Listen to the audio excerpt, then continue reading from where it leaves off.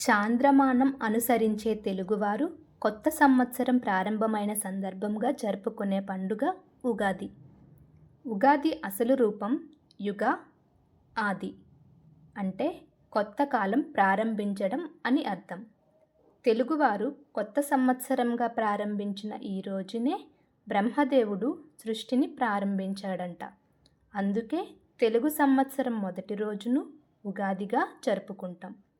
ఈ సంఘటనపై పురాణాలలో చెప్పిన గాథ ఏమిటంటే, సోమకాసురుడు అనే రాక్షసుడు బ్రహ్మ నుంచి వేదాలను దొంగలించి సముద్రంలో దాక్కున్నప్పుడు విష్ణుమూర్తి మత్స్య అవతారం ధరించి ఆ రాక్షసుడిని సంహరించి వేదాలను బ్రహ్మకు తిరిగి ఇచ్చింది చైత్రశుద్ధ పాడ్యమి రోజునంట.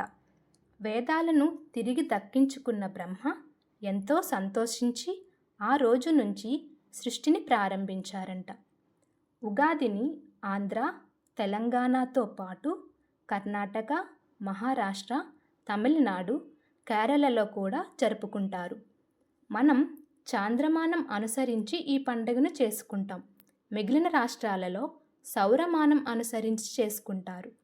మహారాష్ట్రలో గుడిపడవ అని, అస్సాంలో బిహు అని, కేరళలో బొల్లవర్షం అని, తమిళనాడులో పుత్తాండు అని, కర్ణాటకలో యుగాది అని పిలుస్తారు.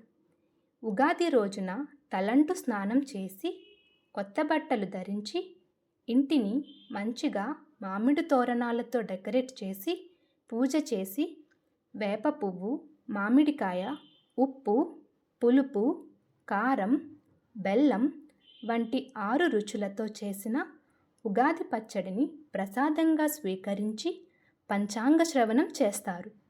పంచాంగ శ్రవణం శుభదాయకం అని భావిస్తారు. పంచాంగ శ్రవణంలో రాబోయే సంవత్సరంకి గాను మంచి చెడులను గురించి బోధిస్తారు. ఈ ఉగాది మన జీవితాల్లో కొత్త ఆశలు, మంచి మార్పులు తీసుకురావాలని మనస్ఫూర్తిగా కోరుకుందాం. ఈ వీడియో మీకు నచ్చితే లైక్ చేసి షేర్ చేయండి. ఇలాంటి ఆధ్యాత్మిక విషయాల కోసం మా ఛానల్ని సబ్స్క్రైబ్ చేసుకోండి. Thank you.